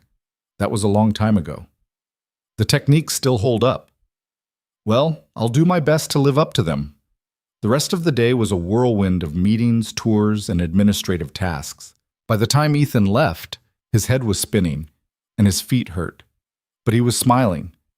He made it home in time to pick Noah up from the neighbor's house and make dinner, spaghetti and meatballs, Noah's favorite. "How was it?" Noah asked. "Overwhelming, but good." "Did you do any surgeries?" "Not yet. That starts next week." "Are you nervous?" "Terrified." Noah twirled spaghetti on his fork. "But you'll be great anyway." Ethan reached over and ruffled his son's hair. "When did you get so wise?" "I've always been wise. You just haven't been paying attention." They ate in comfortable silence, and afterward, Ethan helped Noah with his homework while half listening to a baseball game on the radio. It was ordinary, mundane, perfectly normal, and it was exactly what Ethan needed. That night, as he was getting ready for bed, his phone buzzed with a text from Lillian. "How was day 1? "Survived. Barely. That's all anyone can ask." "How's your father?" "Driving me crazy, which means he's fully recovered." Ethan smiled and typed back. "Good. That's good. Come to dinner this weekend, both of you. My father wants to thank you properly." "We'll see." "That's not a no. It's not a yes either. I'll take it." Ethan set the phone down and stared at the ceiling. His life had changed so much in the last few weeks, and he still wasn't sure if he'd made the right choice. But for the first time in 5 years, he felt like he was moving forward instead of standing still. And maybe that was enough. Ethan's first surgery back was scheduled for a Thursday morning, 3 weeks after he'd started at Northwestern. It was a relatively straightforward case, a meningioma that needed to be removed, but Ethan felt like he was preparing for battle. He'd barely slept the night before. He kept running through the procedure in his mind, checking and rechecking every step, every possible complication. When his alarm went off at 4:30, he was already awake, staring at the ceiling. Noah found him in the kitchen 20 minutes later, fully dressed, drinking coffee that had gone cold. "You okay?" Noah asked. "Just nervous. You've done this before." "Not in a long time." Noah poured himself a glass of orange juice and sat down across from his father. "You know what Mom used to tell me when I was scared?" Ethan looked up. "What?" "She said being scared just means you care, and caring is what makes you good at stuff." Ethan felt something tight in his chest. "She said that?" "All the time. Usually when I didn't want to go to school or do something hard." "She was right." "I know." Noah finished his juice and set the glass down. "You're going to be great today." Ethan reached across the table and squeezed his son's hand. "Thanks, buddy." The drive to Chicago felt longer than usual. Ethan's mind kept wandering to worst-case scenarios. What if his hands shook? What if he'd forgotten something crucial? What if the patient didn't make it? By the time he parked in the garage, his stomach was churning. Dr. Patel, the young resident who'd read his paper, met him outside the OR. "Morning, Dr. Cole. I'll be assisting today." "Good. You reviewed the scans?" 3 times. The tumors adhered to the dura, but the margins look clean. Should be straightforward." Ethan nodded, grateful for her confidence, even if he didn't share it. They scrubbed in together, the familiar ritual helping to settle Ethan's nerves. When he walked into the operating room, the patient was already under, prepped and draped. The anesthesiologist, a different one this time, a man named Dr. Chen, gave him a thumbs up. "Vitals are stable, ready when you are." Ethan stepped up to the table and took a deep breath. "Let's begin." The first incision was the hardest. His hand hesitated for just a fraction of a second before the scalpel touched skin. But once he started, muscle memory took over. His hands knew what to do, even if his mind was still catching up. The surgery went smoothly. The tumor was exactly where the scans had predicted, and it peeled away from the surrounding tissue with minimal resistance. Patel was an excellent assistant, anticipating his needs, asking smart questions, keeping the field clear. 2 hours later, Ethan placed the last suture and stepped back. "That's it," he said. Patel looked up from the surgical site, her eyes bright above her mask. "That was beautiful." Ethan felt a rush of relief so intense it almost knocked him over. "Thanks for the assist." "Are you kidding? That was an honor." They closed up, and the patient was wheeled to recovery. Ethan pulled off his gloves and walked out of the OR on shaking legs. Morrison was waiting in the hallway. "How'd it go?" Morrison asked. "Good. Clean margins, minimal bleeding. Patient should make a full recovery." Morrison clapped him on the shoulder. "Welcome back, Ethan." The words hit harder than Ethan expected. He'd been back for weeks now, but this felt different. This felt real. Over the next month, Ethan fell into a rhythm. 3 days a week in Chicago, operating and teaching. 4 days at home with Noah, helping with homework and making dinner, and pretending to understand the video games his son tried to explain to him. It wasn't perfect. Some days the commute felt impossibly long. Some nights he was so exhausted he could barely keep his eyes open. And there were moments, usually late at night when he couldn't sleep, when he wondered if he'd made the right choice. But then he'd perform a surgery that went well, or a resident would tell him they'd learned something valuable, or Noah would say something that reminded him why any of this mattered, and the doubt would fade. He was doing what he was meant to do. And for the first time in years, that felt like enough. One Saturday afternoon in early October, Ethan finally accepted Lillian's invitation to dinner. She'd been asking for weeks, and he'd run out of excuses. Besides, Noah had been pestering him about it ever since he'd mentioned it. "Why don't you want to go?" Noah had asked. "It's not that I don't want to go. It's just complicated." "How is dinner complicated?" Ethan didn't have a good answer for that. They drove to Chicago on a crisp fall day, the trees along the highway blazing with color. Lillian had given him an address in one of the wealthy suburbs north of the city, the kind of place where houses had gates and lawns that looked like golf courses. When they pulled up to the address, Noah's eyes went wide. "They live here?" "Apparently." "It's huge." "Yeah, it is." A woman in a uniform answered the door and led them through a marble-floored entryway into a dining room that could have seated 20 people. James was already there, standing by the window with a glass of wine. He looked healthier than Ethan had ever seen him, color in his cheeks, strength in his movements, the haunted look gone from his eyes. "Ethan," James said, crossing the room to shake his hand. "And this must be Noah." Noah shook James's hand with the serious expression he always wore when meeting adults. "Nice to meet you, sir." "Very polite. Your father's raised you well." James gestured to the table. "Please sit. Lillian will be down in a moment." They sat, and a server appeared with drinks, wine for the adults, lemonade for Noah. James raised his glass. "To second chances," he said. Ethan lifted his glass. "To second chances." They drank, and James set his glass down, his expression growing serious. "I wanted to do this properly," James said, "to thank you for what you did. You gave me my life back, Ethan. You gave my daughter her father back. There's no way to repay that, but I want you to know what it means." "You don't have to." "Yes, I do. Because I wasn't ready to die. I had things I needed to fix, things I needed to say. And because of you, I got that chance." Ethan didn't know what to say, so he just nodded. Lillian appeared in the doorway, wearing a simple dress and a smile that made her look younger, less guarded. "Sorry I'm late. Conference call ran long." "Even on a Saturday?" Ethan asked. "Especially on a Saturday." She sat down next to her father and looked at Noah. "I hear you're quite the artist." Noah blushed. "I just draw stuff." "Your dad showed me some of your drawings when I visited the hospital. You're very talented." "Thanks." Dinner was served, a multi-course affair that was probably normal for people like James and Lillian, but felt absurdly fancy to Ethan. Noah handled it with surprising grace, remembering his manners and making polite conversation with the adults. Halfway through the meal, James turned to Ethan. "Lillian tells me you're back at Northwestern." "I am." "How's it going?" "Good. Challenging, but good." "I'm glad to hear it. The world needs people like you doing this work." "I'm just doing what I can." "That's all any of us can do." James took a sip of wine. "I've been thinking a lot about that lately, about what we owe each other, about the debts we carry."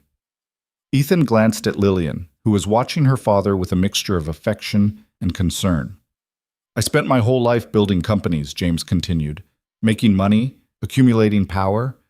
I told myself it was for Lillian, to give her opportunities, to set her up for success. But the truth is, it was for me, for my ego. And in the process, I missed a lot of her life." "Dad," Lillian started, but James held up a hand. "It's true. I missed dance recitals and school plays. I missed conversations and moments that mattered.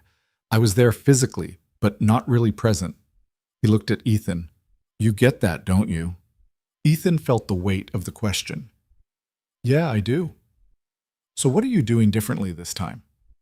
"I'm trying to set boundaries. To remember that the work is important, but it's not everything. That the people I love matter more than the surgeries I perform." James nodded. "That's wisdom it took me 60 years to learn. You're ahead of the curve." They finished dinner and moved to a sitting room with a view of the expansive backyard. Noah was starting to fade, curled up in a chair with his head resting on his arm. Lillian offered to show him the library where he could read or play games while the adults talked. Once they were alone, James poured coffee and settled into his chair with a satisfied sigh. "There's something I wanted to discuss with you," he said. Ethan set down his cup. "Okay." "I've been thinking about legacy, about what I leave behind when I'm gone. Money is easy. I've got plenty of that, and Lillian will be fine. But I want to do something meaningful, something that actually helps people." "What did you have in mind?" "A foundation, focused on medical research and treatment access. I want to fund clinical trials, support innovative surgeries, help patients who can't afford the kind of care I received." "That's a great idea. I want you to be part of it, to help guide the medical side, to identify cases that need support, to make sure the money goes to the right places." Ethan blinked. "I don't know anything about running a foundation." "You don't have to. We'll hire people for that. But you understand the work. You understand what makes the difference between life and death. That's what I need." Ethan looked at Lillian, who was smiling. "You knew about this." "It was my idea," she said. "Well, partly. My father came up with the foundation. I suggested bringing you on board." "I don't know what to say." "Say yes," James said. It wouldn't take much of your time. A few hours a month, reviewing cases, consulting on decisions. But it would make a real difference. Ethan thought about all the patients he'd seen over the years who couldn't afford treatment, who'd been turned away because their insurance wouldn't cover experimental procedures, who died because they didn't have access to the kind of care James had received. "Okay," he said. "I'm in." James smiled. "Good. I'll have my lawyers draw up the paperwork." They talked for another hour about the foundation and medicine and life in general. When it was time to leave, Lillian walked them to the door.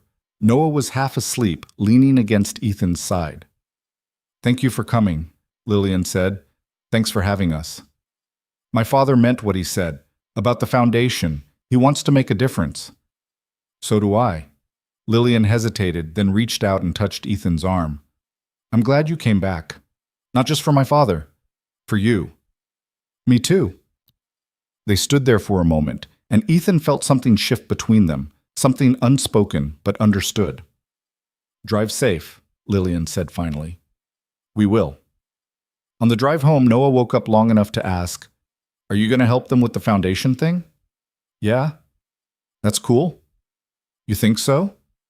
"Yeah. It means more people will get help like Mr. Ward did." Ethan glanced at his son. "You're pretty smart, you know that?" Noah yawned. "I know." He fell back asleep, and Ethan drove in comfortable silence, thinking about how much had changed in such a short time. The weeks turned into months. Ethan continued his work at Northwestern, performing surgeries, teaching residents, slowly rebuilding his reputation. The foundation became a reality, with offices downtown and a staff dedicated to reviewing cases and distributing funds. Ethan met with them once a month, helping to identify patients who needed support. It was exhausting. It was overwhelming. It was everything he'd been afraid of. But it was also fulfilling in a way he'd forgotten was possible. One evening in late November, Ethan came home to find Noah sitting at the kitchen table with his homework spread out in front of him. "How was school?" Ethan asked. "Good. We started a new unit on the solar system." "Yeah? What'd you learn?"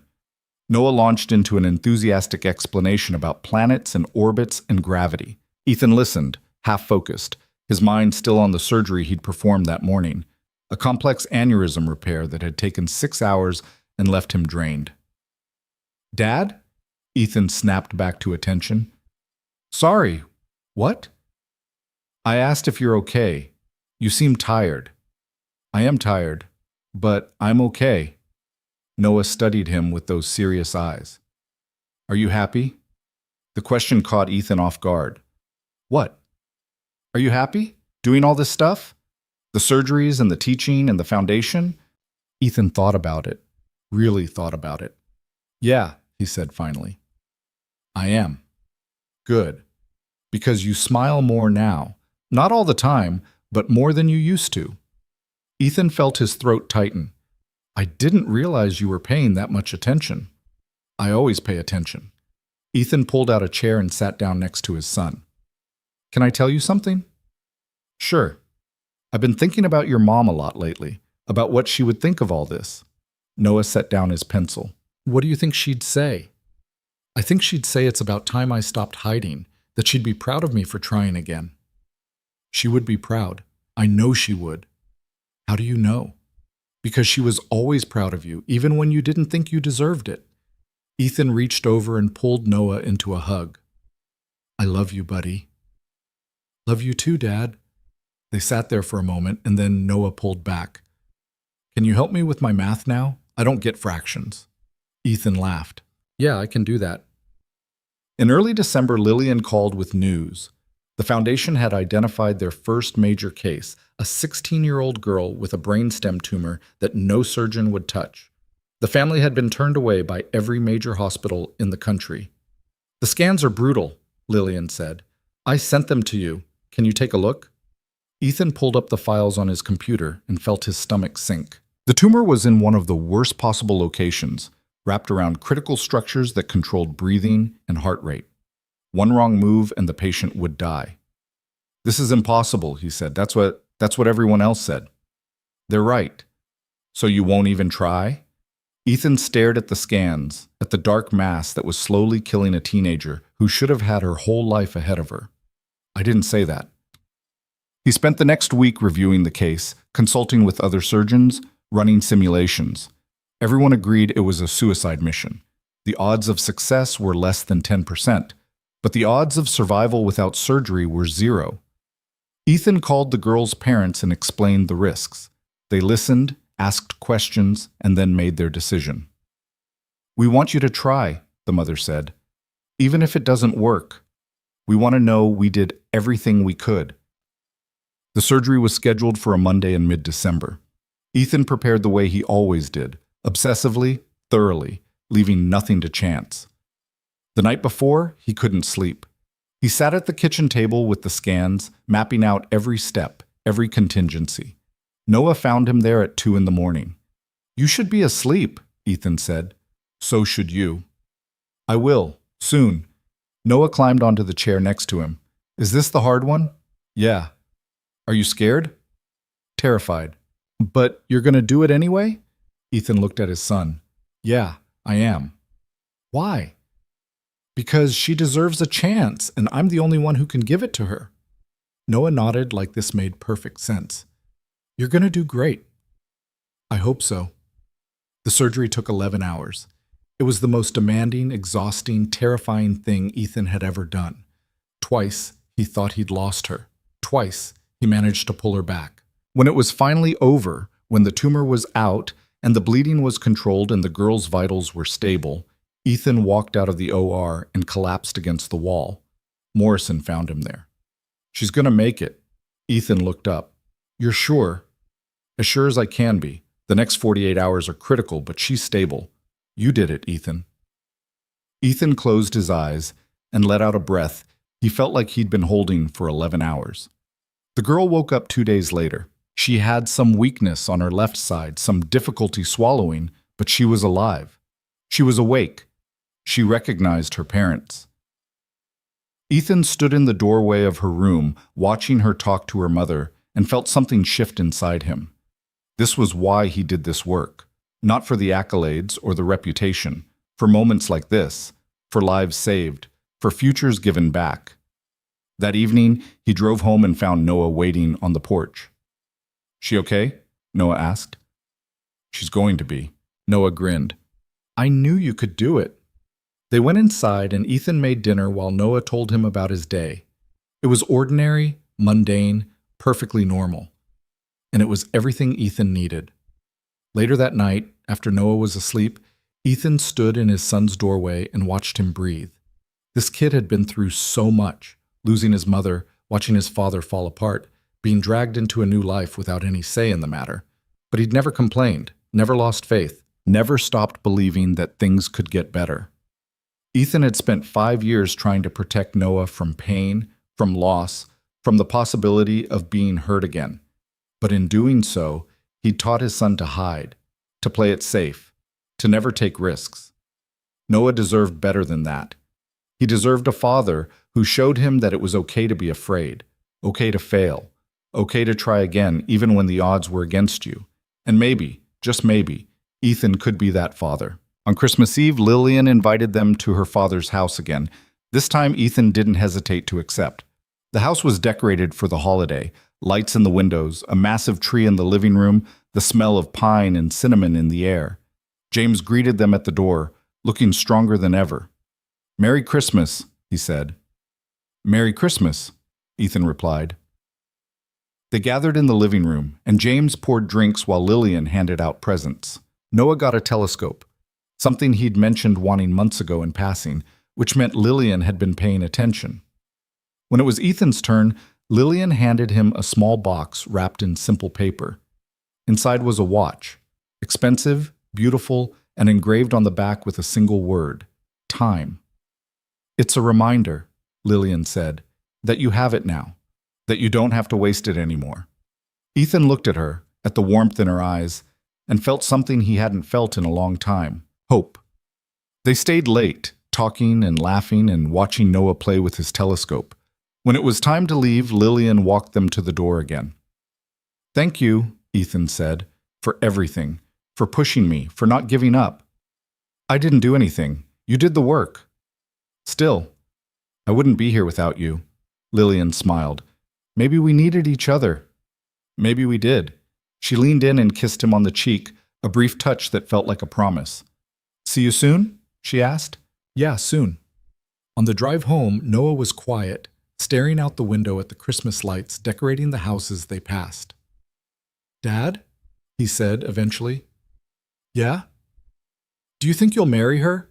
Ethan nearly swerved off the road. What? Miss Lillian, do you think you'll marry her?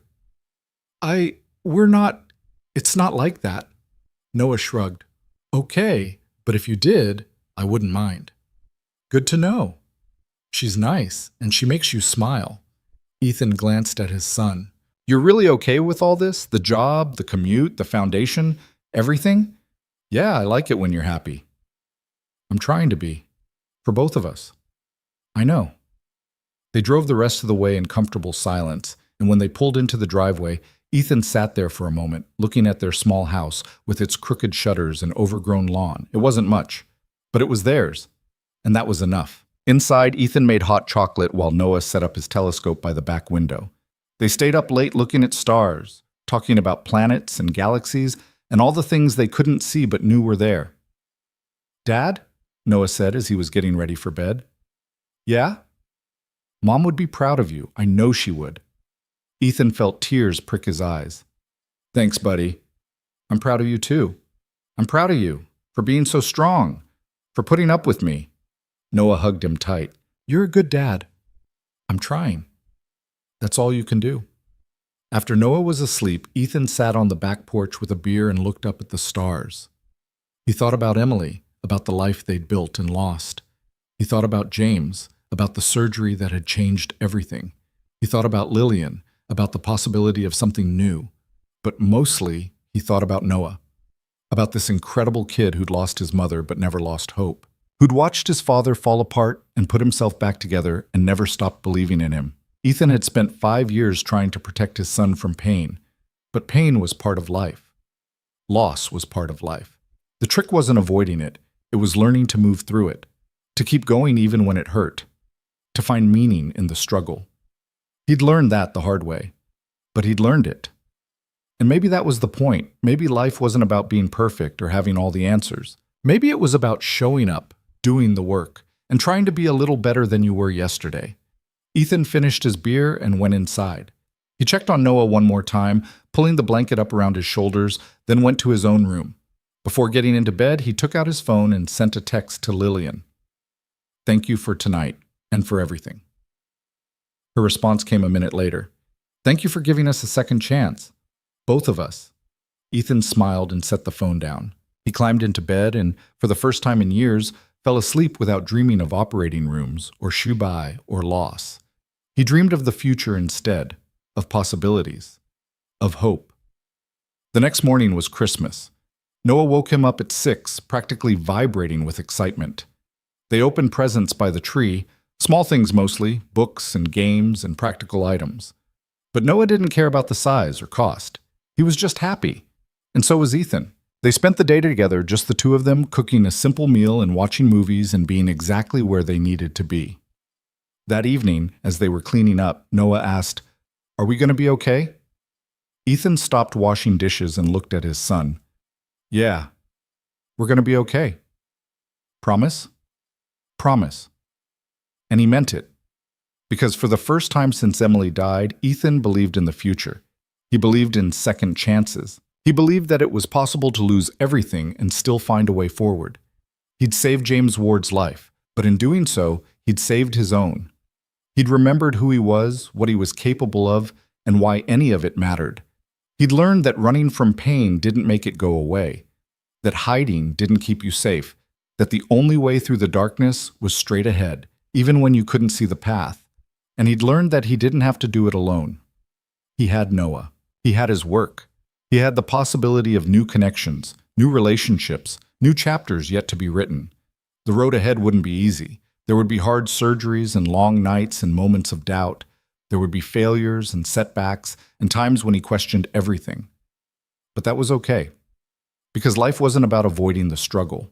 It was about showing up for it, about doing the work even when it was hard, about choosing to try even when you might fail. And Ethan was ready to try. Not because he had all the answers, not because he'd figured everything out, but because his son believed in him, because patients needed him, because there was work to be done, and lives to be saved and meaning to be found in the struggle. And maybe, just maybe, that was enough. Ethan's first surgery back was scheduled for a Thursday morning, 3 weeks after he'd started at Northwestern. It was a relatively straightforward case, a meningioma that needed to be removed, but his hands shook while scrubbing in. Dr. Patel, the young resident who'd read his paper, stood beside him at the sink. "You okay, Dr. Cole?" "Just nervous." "You've done this hundreds of times." "Not lately," she smiled behind her mask. "Muscle memory's a real thing. Your hands will remember even if your brain's freaking out." She was right. The moment Ethan made the first incision, everything clicked into place.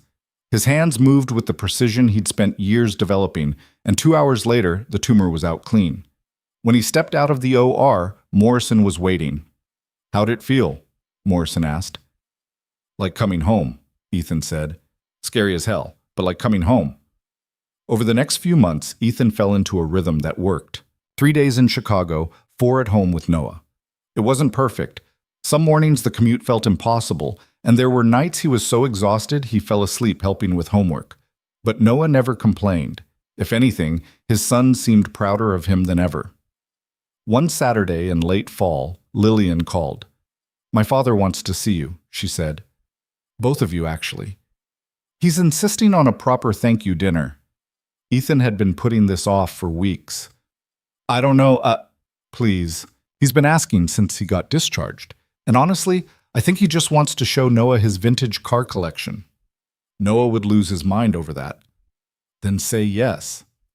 Ethan looked across the kitchen to where Noah sat reading a book about space. "Okay, we'll come." They drove to the Ward estate the following weekend. Noah pressed his face against the truck window as they pulled up the long driveway. "This is where they live?" Noah asked. "Yep."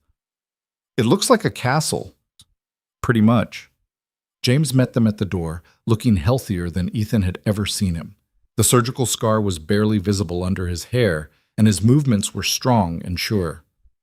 "Ethan, Noah, come in, please." The house was exactly what Ethan expected. Tasteful, expensive, intimidating. But James put them at ease immediately, leading Noah off to see the garage while Lillian showed Ethan to the dining room. "He's been talking about this all week," Lillian said. "You really changed his life." "He did the hard part. I just removed the tumor." "You did more than that. You gave him time. Time to fix things he'd broken, to say things he needed to say." She paused. "He started writing letters to people. Old business partners he screwed over, employees he treated badly. He's trying to make amends." "That's good." "It's because of you. Because you reminded him that life is short and nothing's guaranteed." Ethan didn't know what to say to that, so he just nodded. Dinner was surprisingly casual. Grilled steaks and roasted vegetables. Nothing fancy. James and Noah hit it off immediately, talking about cars and baseball and everything except medicine. Lillian sat across from Ethan, and he caught her watching him more than once with an expression he couldn't quite read. After dinner, James pulled Ethan aside while Noah was occupied with a vintage Mustang in the garage. "I want to start a foundation," James said. "Medical research, treatment access, helping people who can't afford the kind of care I got. And I want you involved." "I don't know anything about running a foundation." "You don't need to. I'll handle the business side. But I need someone who understands the medicine, who can identify the cases that matter, who can make sure the money goes to the right places." Ethan thought about all the patients he'd seen over the years who'd been turned away because they couldn't pay, who'd died because experimental treatments weren't covered by insurance. "Okay," he said. "I'm in." James smiled. "Good. We start next month." On the drive home, Noah was unusually quiet. "What's on your mind?" Ethan asked. "Do you like Miss Lillian?" Ethan nearly swerved. "What?" "I just wondered. She looks at you a lot." "We're friends. Mom used to look at you like that." Ethan's chest tightened. "Yeah?" "Yeah, like you were the only person in the room." Ethan didn't know how to respond to that, so he just reached over and squeezed Noah's shoulder. The foundation launched in December, and within weeks they had their first major case, a teenage girl with a brainstem tumor that every surgeon in the country had refused to touch. The scans were brutal, the prognosis worse. Ethan studied the images for 3 days straight before calling the family. "I can't promise anything," he told the mother. "The odds aren't good, but if you want to try, I'll try." The surgery was scheduled for a Monday morning. Ethan barely slept the night before. He kept running through every possible complication, every way it could go wrong. Noah found him at the kitchen table at 2 in the morning. "You should sleep," Noah said. "Can't." Noah sat down across from him. "You're scared." "Terrified." "But you're going to do it anyway." "I have to." "Why?" Ethan looked at his son. "Because she's 16 years old, and she deserves a chance, and I'm the only one who can give it to her." Noah nodded like this made perfect sense. "Mom would be proud of you." "You think so?" "I know so." The surgery took 9 hours. Twice, Ethan thought he'd lost her. Twice, he managed to pull her back. When it was finally over, when the tumor was out and the girl was stable, he walked out of the OR and slid down the wall in the hallway. Morrison found him there. "She made it." Ethan looked up. "You're sure?" "Vitals are strong. No major deficits. You did it, Ethan." The girl woke up 2 days later with some weakness on her left side, but otherwise intact. Ethan stood in the doorway of her room and watched her hug her parents, and something shifted inside him. This was why he did this work. Not for recognition or money. For moments like this. That evening, he called Lillian. "She's going to make it," he said. "Ethan, that's incredible." "It was the foundation. Without the funding, this surgery never would have happened." "No, it was you. The foundation just made it possible for you to do what you do best." They talked for over an hour about the surgery and the foundation and everything in between. When they hung up, Ethan realized he was smiling. Noah noticed too. "You look happy." "I am happy." "Good. You should be happy more often." Christmas came quietly. Ethan and Noah spent it at home, just the two of them, cooking a simple meal and watching old movies. It was peaceful in a way Ethan hadn't felt in years. On New Year's Eve, Lillian invited them to her father's house again. This time, Ethan didn't hesitate. The house was decorated with lights, and James greeted them at the door with champagne for the adults and sparkling cider for Noah. "To new beginnings," James said, raising his glass. They toasted, and Lillian handed Ethan a small box wrapped in plain paper. Inside was a watch, expensive and simple, with a single word engraved on the back. Time. "You have it now," Lillian said quietly. "Don't waste it." Ethan looked at her, at the warmth in her eyes, and felt something he hadn't felt in years. Not just gratitude or friendship, but possibility. "Thank you," he said. "For what?" "For not giving up on me, for pushing me when I needed it. You did the hard part. I just reminded you who you were." They stayed until midnight, watching the ball drop on TV while Noah fell asleep on the couch. When it was time to leave, Lillian walked them to the door. "See you soon?" she asked. "Yeah, soon." She kissed him on the cheek, brief but meaningful, and Ethan felt the weight of 5 years of grief start to lift. On the drive home, Noah woke up long enough to ask, "Are you going to marry her?" Ethan laughed. "What?" "Miss Lillian, are you?" "We're just friends." "Okay, but if you did, I wouldn't mind." "Good to know." "She makes you happy, and you deserve to be happy." Ethan reached over and ruffled his son's hair. "When did you get so wise?" "I've always been wise. You just never noticed." They pulled into the driveway, and Ethan sat there for a moment looking at their small house with its crooked shutters and overgrown lawn. It wasn't much, but it was theirs. And it was enough. Inside, Ethan made hot chocolate while Noah set up the telescope they'd gotten for Christmas. They stayed up late looking at stars, talking about planets and galaxies and all the mysteries still waiting to be discovered. "Dad?" Noah said as he was heading to bed. "Yeah? I'm proud of you, for going back, for trying again." Ethan felt his throat tighten. "Thanks, buddy. I think Mom would be proud too. I hope so." After Noah was asleep, Ethan sat on the back porch and looked up at the sky. He thought about Emily, about the life they'd built and lost. He thought about James and the surgery that had changed everything. He thought about Lillian and the possibility of something new, but mostly he thought about Noah, about this kid who'd lost his mother but never lost faith, who'd watched his father fall apart and somehow still believed in him. Ethan had spent 5 years trying to protect Noah from pain, from loss, from the possibility of being hurt again. But in doing so, he'd taught his son to hide, to play it safe, to never take risks. Noah deserved better. He deserved a father who showed him that being afraid was okay, that failing was part of life, that the only way through the darkness was straight ahead. And maybe Ethan could be that father now. He pulled out his phone and sent a text to Lillian. "Thank you for tonight and for everything else." Her response came immediately. "Thank you for giving us a second chance." "Both of us." Ethan smiled and set the phone down. He went inside, checked on Noah one last time, and climbed into bed. For the first time in years, he didn't dream about loss or failure or operating rooms filled with blood. He dreamed about the future instead. The next morning, Noah woke him early, dragging him outside to look at something through the telescope. "Look," Noah said, pointing at the sky. "Venus. You can see it even in daylight if you know where to look." Ethan looked through the eyepiece and saw the bright point of light against the pale blue sky. "Pretty cool, huh?" Noah said. "Yeah, it is." They stood there together, father and son, looking at things most people never noticed because they were too busy or distracted or afraid to look up. And Ethan realized something. He'd spent 5 years looking down, watching his feet, making sure he didn't stumble. But life wasn't meant to be lived that way. You had to look up sometimes. You had to take risks, make mistakes, try things that scared you. Because that was the only way to move forward. He'd saved James Ward's life, but in the process, he'd saved his own.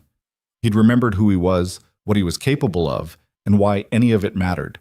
He'd learned that running from pain didn't make it go away, that hiding didn't keep you safe, that the only real failure was refusing to try. And he'd learned he didn't have to do it alone. He had Noah. He had his work. He had new connections, new possibilities, new chapters still to be written. The road ahead wouldn't be easy. There would be hard surgeries and long nights and moments when he questioned everything. But that was okay, because Ethan wasn't running anymore. He was ready to live again.